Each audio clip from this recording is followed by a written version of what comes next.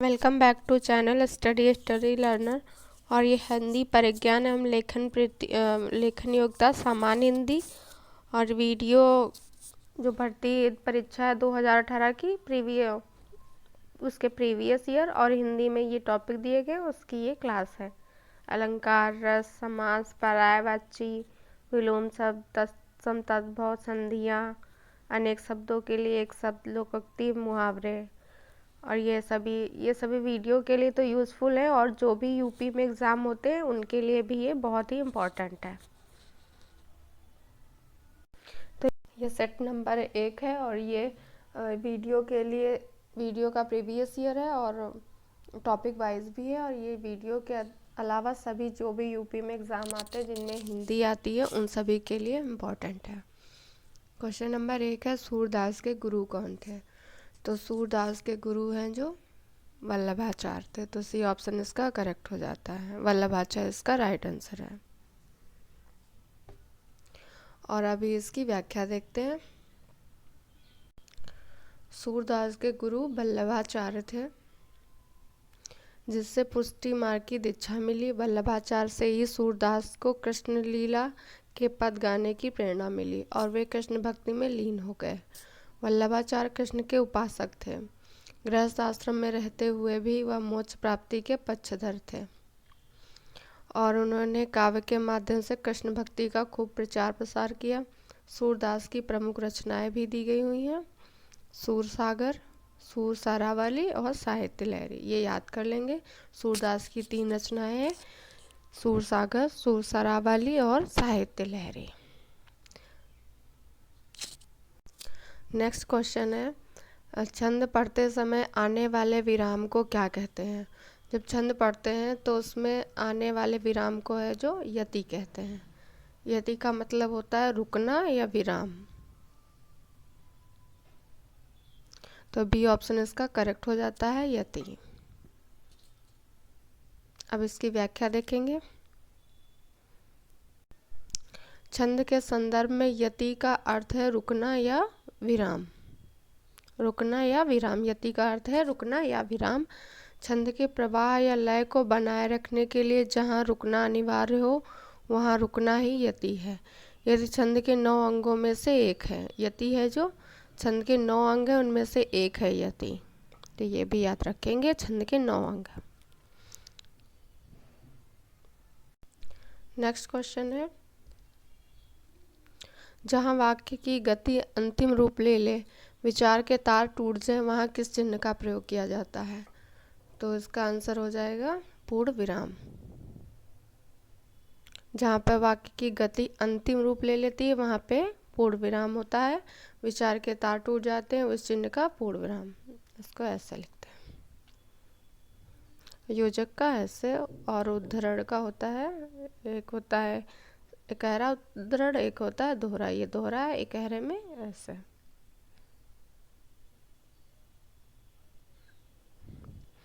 और अल्प विराम।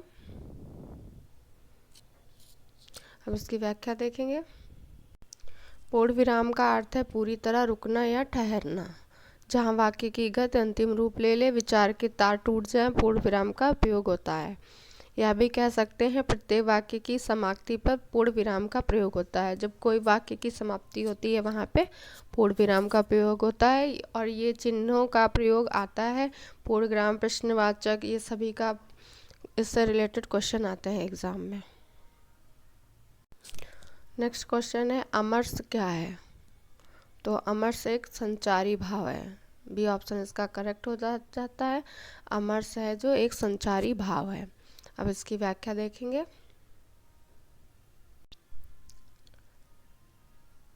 अमर्ष का शाब्दिक अर्थ है अपनी अवज्ञा या तिरस्कार आदि से उत्पन्न क्षोभ।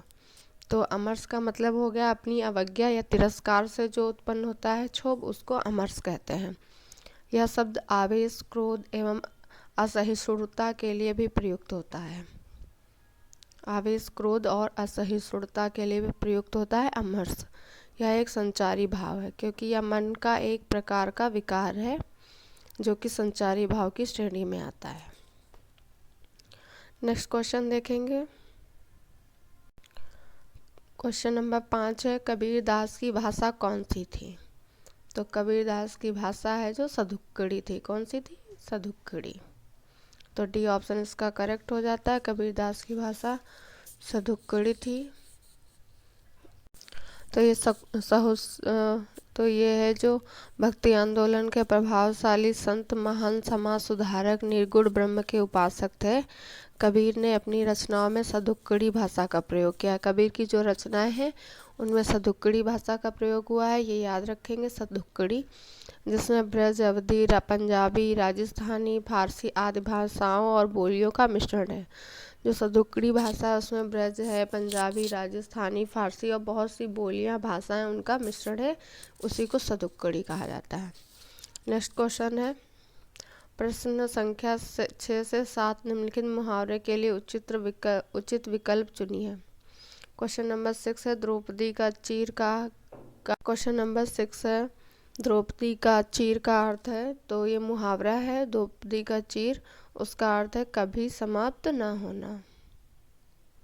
तो सी ऑप्शन इसका करेक्ट हो जाता है, कभी समाप्त ना होना, द्रौपदी का चीर। क्वेश्चन नंबर 7 है, कूप मंडूक होना का अर्थ है। तो कूप मंडूक होना का अर्थ होता है सीमित ज्ञान अनुभवों का होना, सीमित ज्ञान या सीमित अनुभवों का होना, उसे कहते हैं कूप मंडूक होना। तो डी ऑप्शन इसका करेक्ट हो जाता है। क्वेश्चन नंबर 8 है, इस प्रकार के वाक्य के पहले और अंतिम भाग को क्रमशः 1 और 6 दी गई है। संख्या 1 और 6 दी गई है। पहला भाग 1 है, अंतिम भाग 6 है, बीच में आने वाले अंश को 4 भागों में बांटकर 11 अलावा की संख्या दी गई है। इन चारों उचित क्रम में नहीं है, ये वाले 11 अलावा उचित क्रम में नहीं है, इनको चारों को उचित क्रम में लगाइए ताकि एक शुद्ध वाक्य का निर्माण हो सके। तो ये जो पहला और 6 नंबर वाला प्रश्न के वाक्य के पहले और अंतिम भाग को क्रमशः 1 और 6 की संज्ञा दी गई है। तो इनको 1 और 6 दिया गया, पहले और लास्ट भाग को, बीच में आने वाले भागों में बांटकर 11 अलावा में संख्या दी गई हुई है। ये चारों उचित क्रम में नहीं है, इन चारों को उचित क्रम में लगाइए ताकि एक शुद्ध वाक्य का निर्माण हो सके। तो ये जो 1 और 6 और 11 अलावा है उनको एक सही क्रम में लगाना है ताकि वो जो भी एक सेंटेंस बने उसका सही से वाक्य बन जाए, उसका वो शुद्ध वाक्य बने। तो देखेंगे नंबर 1 पे लिखा है सामाजिक जीवन में। तो सामाजिक जीवन में क्या होगा, क्रोध की ज़रूरत बार बार पड़ती है, तो ये सही हो गया।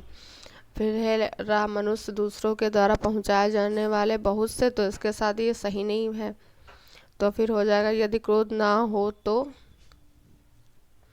मनुष्य के द्वारा पहुंचाए जाने वाले बहुत से कष्टों की चिर निवृत्ति का उपाय ही नहीं कर सकता। तो पहले या हो जाएगा, फिर ला हो जाएगा,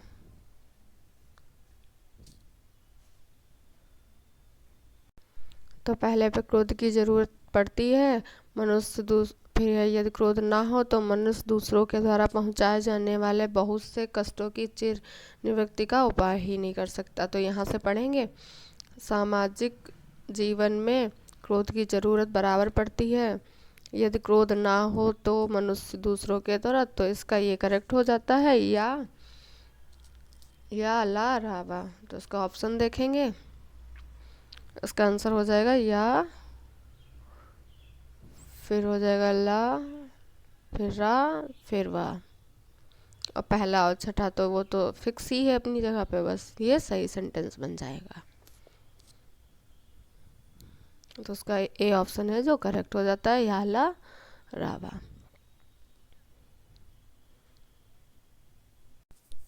क्वेश्चन नंबर 9 है, दिए गए वाक्यांश के लिए एक शब्द का चयन कीजिए, पूरब और उत्तर के बीच की दिशा। तो ये वाली दिशा पूछा है, ये हो गया पूरब, ये हो गया उत्तर, इसके बीच की दिशा होती है ईशान।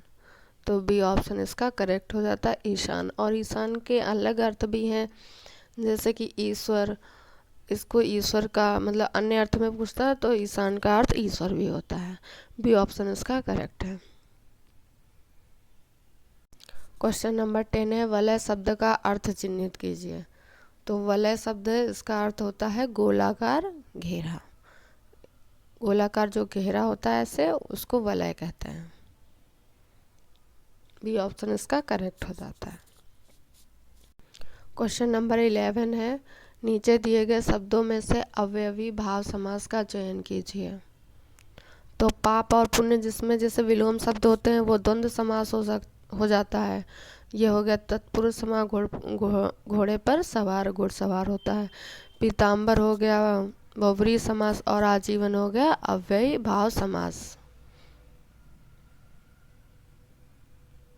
तो ये हो गया आजीवन हो गया, यथासंभव हो गया, प्रतिदिन हो गया, ये होते हैं अव्ययी भाव समास। तो ये बी ऑप्शन इसका सही हो जाता है।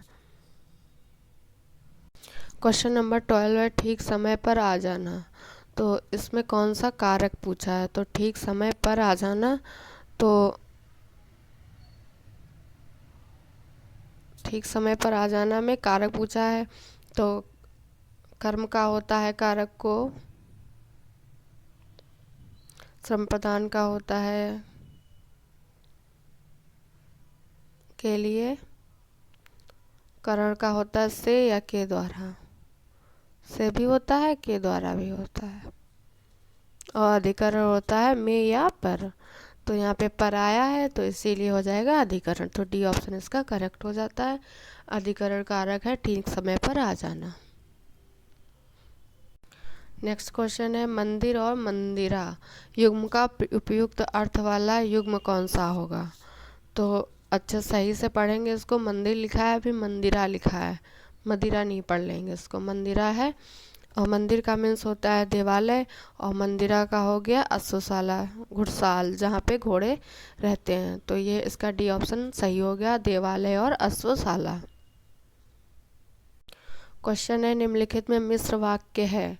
तो ए ऑप्शन देखेंगे, मेरे आते ही वर्षा होने लगी। तो ये साधारण वाक्य है। उसके जाने के बाद वर्षा होने लगी, यह भी नहीं है मिश्र वाक्य। वह घर से निकला और वर्षा होने लगी, ये संयुक्त वाक्य है, क्योंकि इसमें और तथा ये सब लगे, वहाँ पे संयुक्त वाक्य होता है। डी ऑप्शन है, ज्यों ही वह घर से निकला वर्षा होने लगी। तो ये हो जाता है मिश्र वाक्य। मिश्र वाक्य की एक पहचान होती है, ज्यों त्यों जो, जहाँ पे जा शब्द बीच में आए वो सब है जो मिश्र वाक्य होते हैं। डी ऑप्शन इसका करेक्ट हो गया। और अभी इसकी व्याख्या देखते हैं। ज्यों ही वह घर से निकला वर्षा होने लगी मिश्र वाक्य है। जिस वाक्य में एक वाक्य प्रधान हो और अन्य वाक्य उसके अधीन हो या उस पर आश्रित हो, उसे मिश्र वाक्य कहते हैं। तो वर्षा होने लगी एक वाक्य प्रधान है, और ज्यों ही वह घर से निकला उस पर आश्रित हो गया, तो ये मिश्र वाक्य। और वैसे इसका एक ट्रिक होता है, ये याद रखेंगे, ज्यों ही होता है जा, जहाँ पे आए जो, जिसका, वो सब होता है मिश्रित वाक्य। नेक्स्ट क्वेश्चन है, नेक्स्ट क्वेश्चन ये काव्यांश है, और काव्यांश पर आधारित क्वेश्चन है, उनके उत्तर देने हैं। पहले एक काव्यांश पढ़ लेंगे।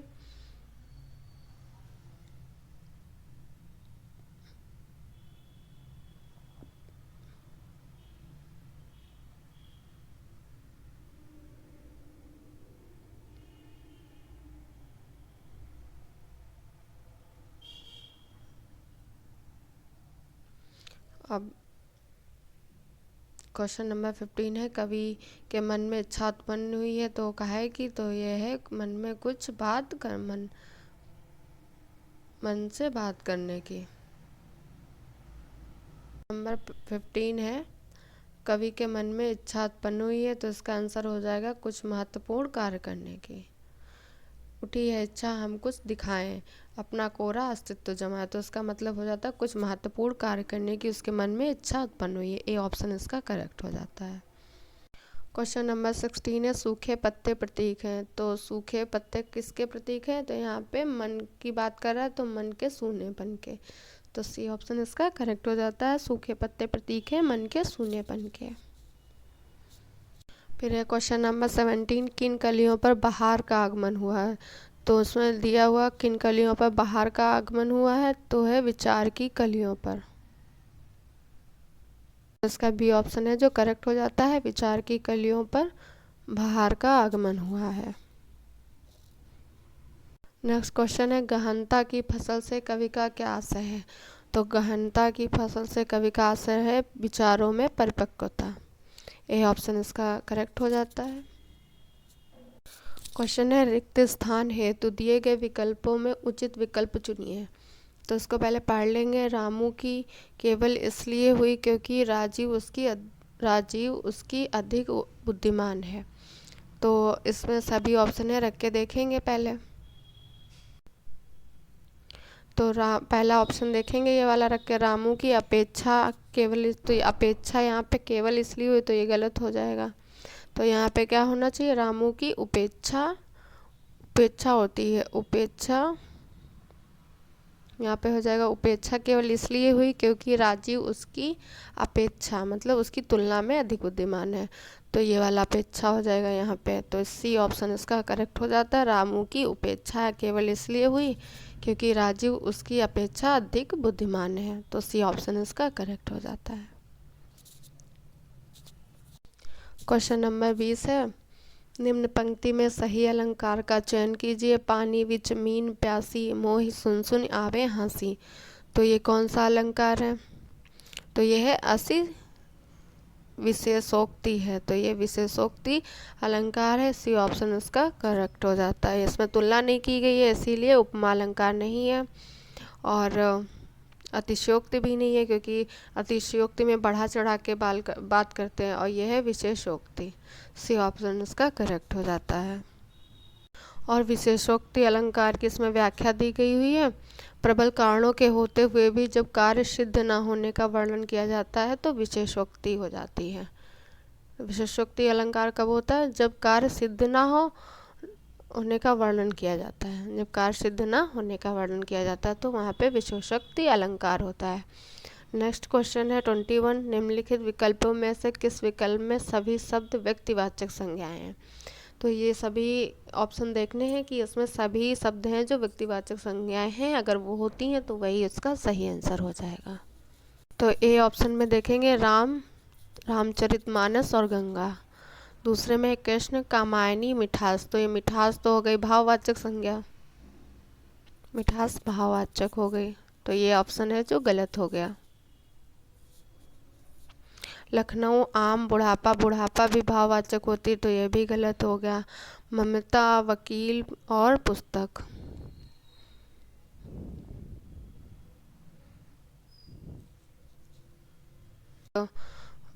तो ये भी नहीं है, ये भी नहीं है, ये भी। तो रामचरितमानस और गंगा है जो व्यक्तिवाचक संज्ञाएं होती हैं, जिसमें किसी व्यक्ति का हो नाम हो, वस्तु का नाम हो, ये सब। ए ऑप्शन इसका करेक्ट हो जाता है। इसकी व्याख्या देख लेंगे। सभी शब्द व्यक्तिवाचक संज्ञाएं हैं जो संज्ञाएं स्थान, व्यक्ति और वस्तु का बोध कराती हैं। जो स्थान हो जिसमें व्यक्ति तथा वस्तु का बोध होता है वो व्यक्तिवाचक संज्ञाएं कहलाती हैं। क्वेश्चन नेक्स्ट है, क्वेश्चन नंबर 22 है, निम्नलिखित में क्या गंगा का पर्यायवाची नहीं है। तो उसमें गंगा के पर्यायवाची पहले देखेंगे कौन कौन से हैं। तो मंदाकिनी गंगा का पर्यायवाची है, भागीरथी भी है और सुरसरिता भी। कालिंदी है जो गंगा का पर्यायवाची नहीं, ये यमुना का है। ये किसका है, यमुना का है। तो सी ऑप्शन इसका करेक्ट हो जाता है। ये गंगा का पर्यायवाची नहीं है, कालिंदी है जो यमुना का पर्यायवाची है।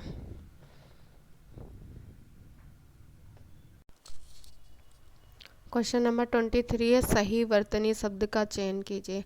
तो ऑप्शन 1 है जो अवन्नति गलत लिखा हुआ है, और श्रृंगार ऐसे ही लिखा जाता है। श्रृंगार में याद रखेंगे ये वाला नहीं बनाते हैं, एक सिंगल ऐसे ही बनाते हैं, यही वाला राइट होता है। तो श्रृंगार है जो सही हो गया है। तो बी ऑप्शन इसका करेक्ट है। और दोनों ऑप्शन देख लेंगे क्या क्या थे। और ये सी ऑप्शन है मुश्किल भी गलत लिखा हुआ है क्योंकि मुश्किल है जो ऐसे लिखते हैं।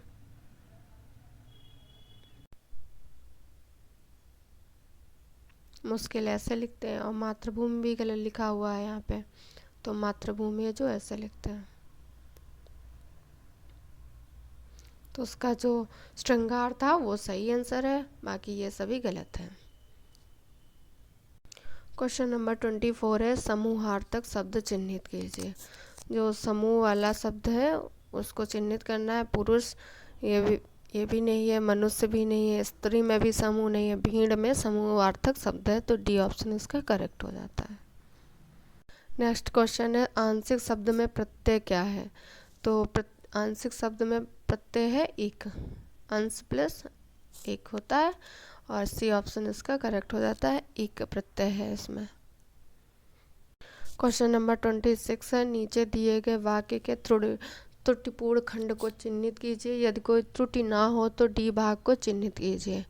तो उसमें देखेंगे पुलिस द्वारा चोरी का माल बरामद हो गया, कोई त्रुटि नहीं, तो ए ऑप्शन है पुलिस द्वारा चोरी।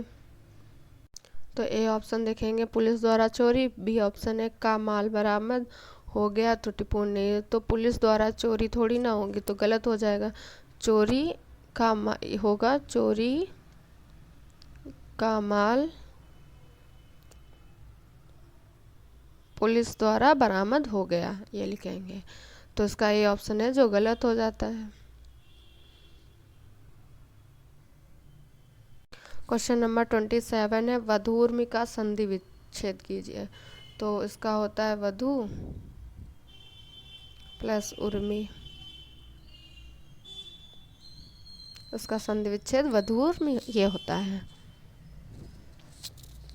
ये जो संधि वाला था उसकी व्याख्या देख लेंगे। वधूर्मि सही विकल्प है, और वधूर्मि है जो दोनों बड़ा ऊ होते हैं, बढ़कर भी ये ऊ हो जाता है, दीर्घ संधि है वधूर्मि में, याद रखेंगे। वधूर्मि में दीर्घ संधि है, जब दो समान स्वर मिलकर दीर्घ हो जाते हैं तब दीर्घ संधि होती है।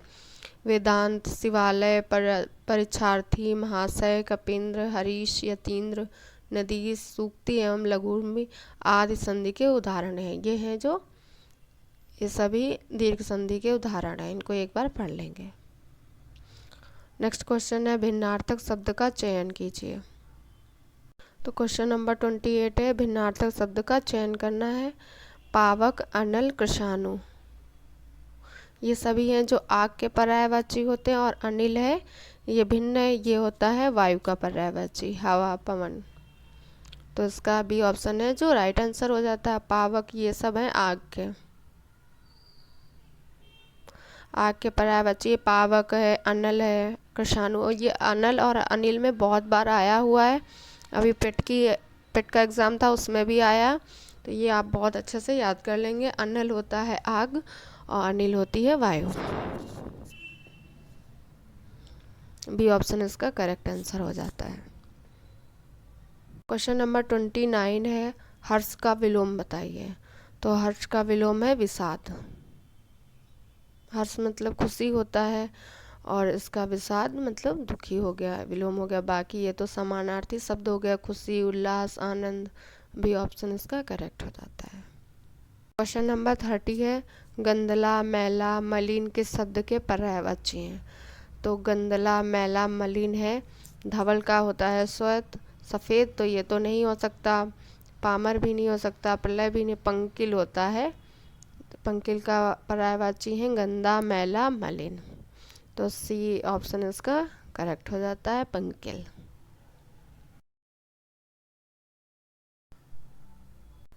तो ये थे आज वीडियो एग्ज़ाम जो हुआ था, तो उसके ये प्रीवियस ईयर और हिंदी के टॉप 30 क्वेश्चन थे। आप इनको पढ़ लेंगे, और आपको ये वीडियो अगर पसंद आई तो लाइक, शेयर और सब्सक्राइब करें, और वीडियो देखने के लिए थैंक यू सो मच।